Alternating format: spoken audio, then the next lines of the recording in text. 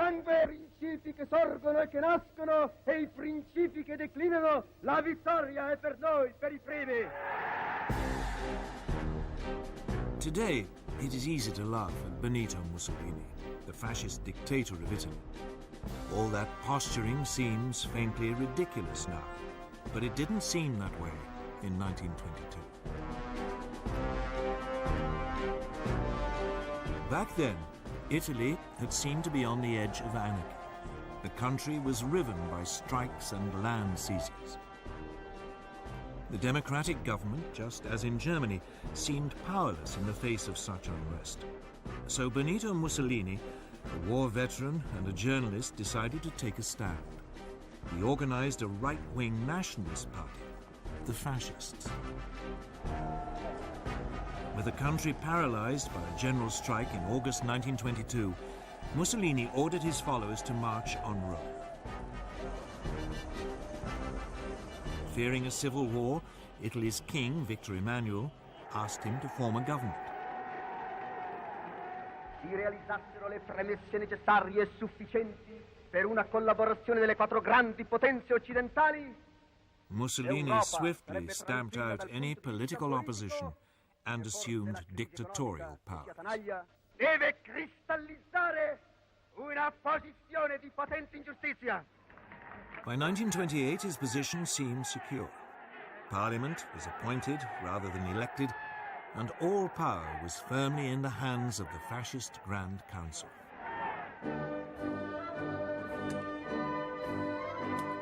Like Hitler, Mussolini's first acts made him immensely popular. Massive programs of public works provided employment and transformed Italy's infrastructure. Corruption was rooted out and the mafia more or less eliminated. Italy's armed forces were built up, including an advanced modern air force. In the Mediterranean, Mussolini launched a powerful navy, bigger than the combined might of the British and French Mediterranean fleets.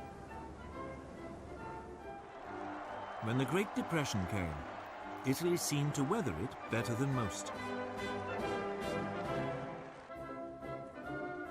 Mussolini became a source of worldwide inspiration.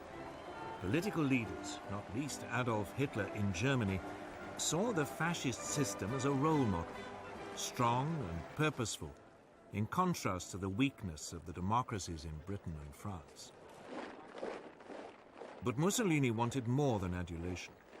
He wanted to recreate the Roman Empire, and he already had a target in mind for his first imperial land grab.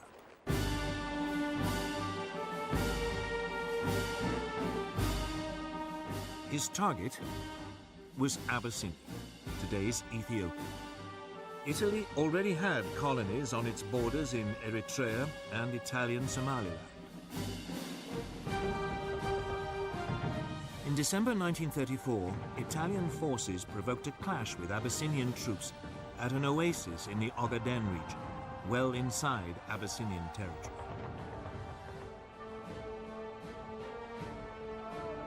Mussolini then sent reinforcements to Eritrea and Italian Somaliland, demanding that Abyssinia pay reparations. The Emperor of Abyssinia, Haile Selassie, appealed in person to the League of Nations. He called on it to live up to its ideals. Here was a small nation under threat from another member of the League. This was the supreme test. But the League did nothing. Britain's Foreign Minister, Anthony Eden, at least tried to broker a peace deal, but Mussolini would have none of it. In early October 1935, the Italian army invaded from Eritrea and Italian Somaliland.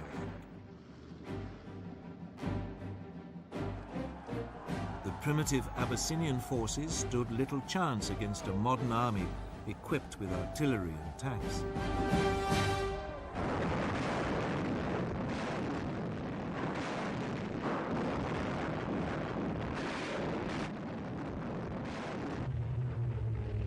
The Italian Air Force had total command of the air and harried the Abyssinians, on occasions dropping gas bombs, even though gas had been outlawed at Versailles as a crime against humanity. After 6 months, Abyssinia was completely overrun. The Emperor Haile Selassie fled into exile in Britain.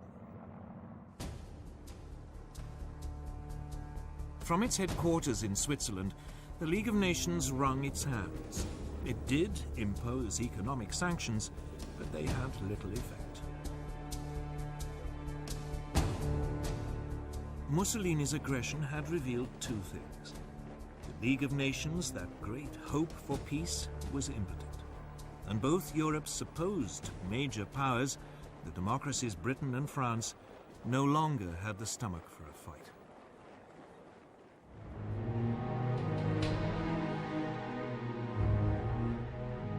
Both Britain and France had been shattered by World War I, and their economies had never really recovered. Both had witnessed waves of strikes and unrest.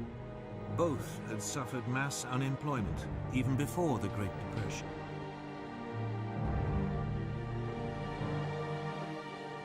Both also faced the cost of controlling empires, now swollen by taking on Germany's former colonies and the Middle Eastern territories once run by the Turkish Ottoman Empire.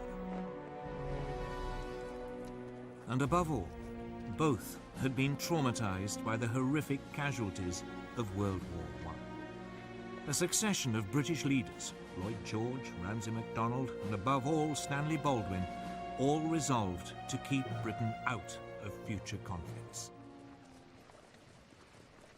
Despite horrific casualties on the Western Front, Britain had ended World War I with a large and very effective conscript army. This was immediately run down to a small professional force designed to police its sprawling empire. And when the Great Depression struck, any ideas of modernizing the army were abandoned. It meant that Britain went into the run-up to war economically and militarily weak.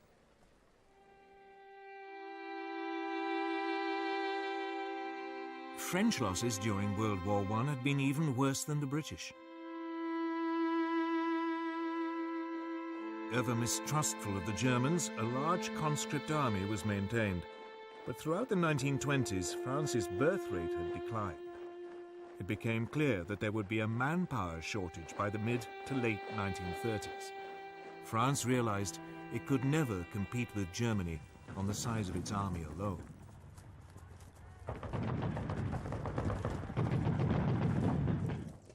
The solution was to adopt an entirely defensive mentality.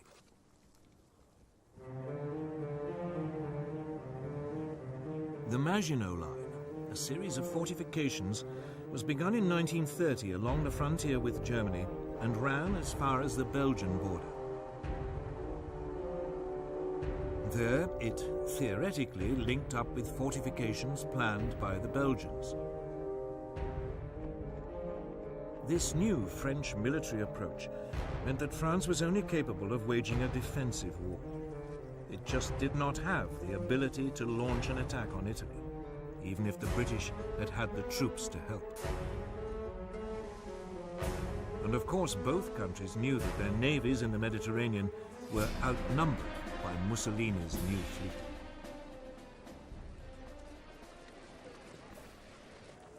So when Italy conquered Abyssinia, it made sense for both powers to do nothing. It just seemed too remote, too much someone else's problem.